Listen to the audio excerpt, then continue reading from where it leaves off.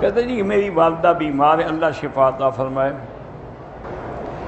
گزارش یہ ہے کہ مجھے تو نکاح پڑھانے کی اجازت نہیں ہوتی، لیکن یہ ہمارے ساتھی بیٹھے ہیں، ان کو ملنے کہ کسی بزرگ کو کہہ کے آپ کا نکاح کرا دیں گے۔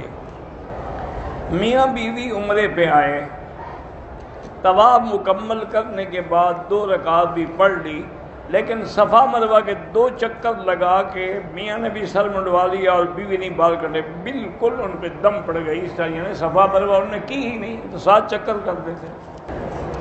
اگر کوئی آدمی کسی بھی معذور کو ویل چیئر پہ لے کے عمرہ طواف کرتا ہے تو اگر اس کی اپنی نیت بھی ہوگی تو انشاءاللہ اس کا بھی ہو جائے گا۔ بہرحال جنازہ ہو یا کوئی نماز ہو، امام کے آگے نہیں ہونا چاہیے۔ وتر نماز میں اگر دعائے قنوت نہیں پڑھی تو حنفی مسلک میں سجدہ صاحب ہے، ان کے نزدیک دعائے قنوت واجب ہے۔ باقی ائمہ کے نزدیک دعائے قنوت سنت ہے، ان کے نزدیک سجدہ نہیں ہے۔ میری خالہ اور میرے نانا جان بیمار ہیں، اللہ شفا عطا فرمائے۔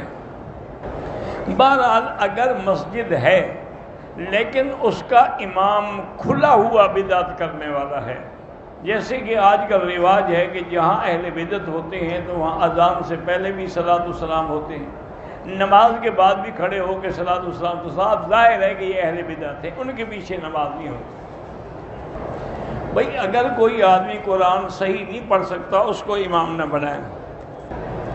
فرض نماز کی 3 اور 4 رکعت میں فاتحہ کے بعد سورت پڑھ لی، بالکل حنفی حضرات کے نزدیک سجدہ ہے۔ بالکل جب بھی حضور صلی اللہ علیہ وسلم کا ذکر آئے تو ہر مسلمان کو درود شریف پڑھنا چاہیے۔ اگر پورا درود شریف نہ بھی پڑھ سکے تو صلی اللہ علیہ وسلم۔ مدینے سے مکہ مکرمہ عمرے کے لیے آتے ہوئے راستے میں 2 نمازیں اکٹھی پڑھتے، بھئی ہو جاتی ہیں، جائز ہیں، لیکن حنفی مسلک میں یہ ہے کہ ظہر کو مؤخر کر کے آخر وقت میں پڑھے اور عصر کو اول وقت میں پڑھے، تاکہ ہر نماز اپنے اپنے وقت میں بھی ہو اور اکٹھی بھی ہو جائے۔ میرے بیٹے کا نام سیف الرحمان ہے، بیمار ہے، اللہ شفا عطا فرمائیں۔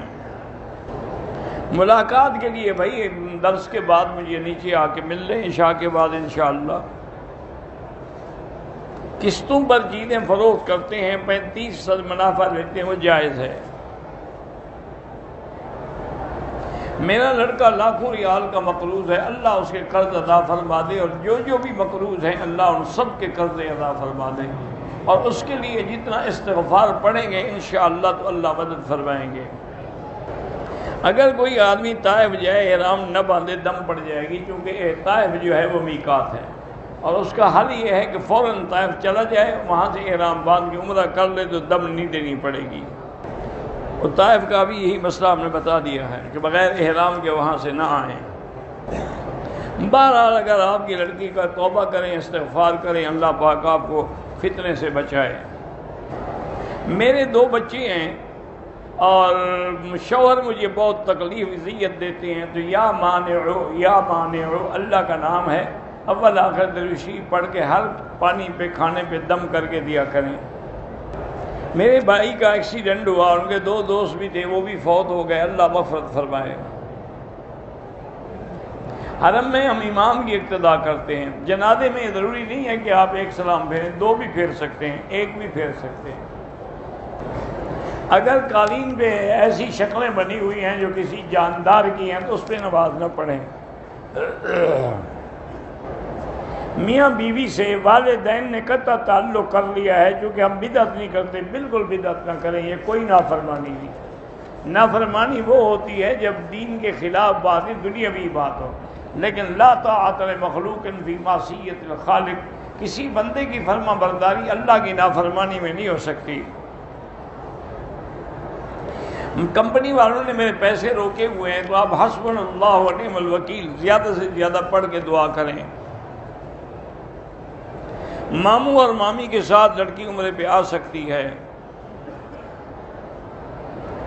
سید خاندان کو زکوٰۃ دینا جائز نہیں ہے۔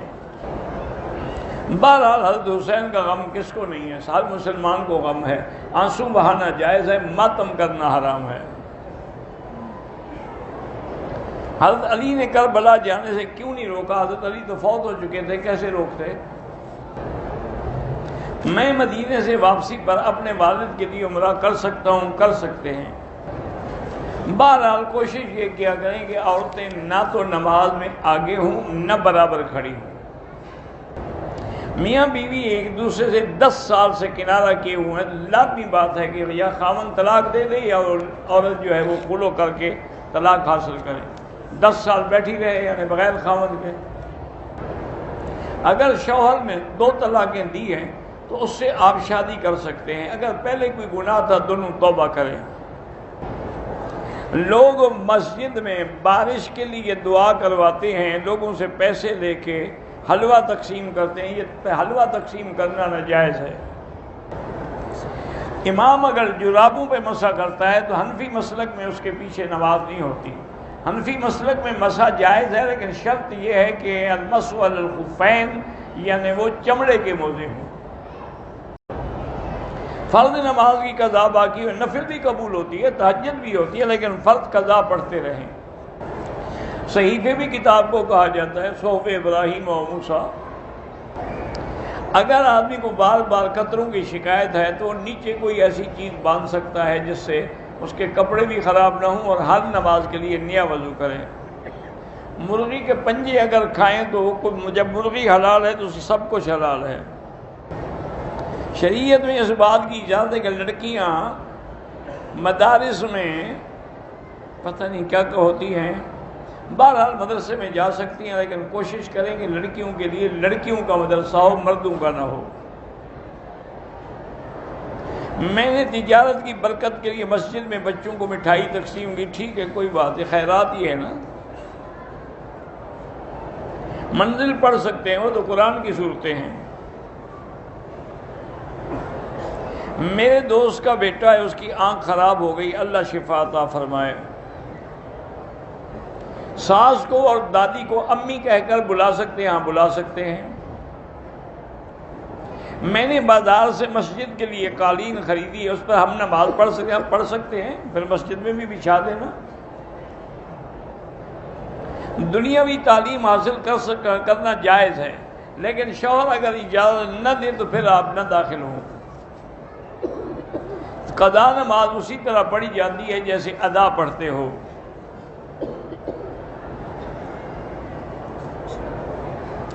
میرے نانا نے مجھے زمین کا کچھ حصہ ہبہ کیا، کیا میں ان کی وفات کے بعد لے سکتا ہوں؟ اس نے سب کو ہبہ کیا یا صرف ایک کو ہبہ کیا؟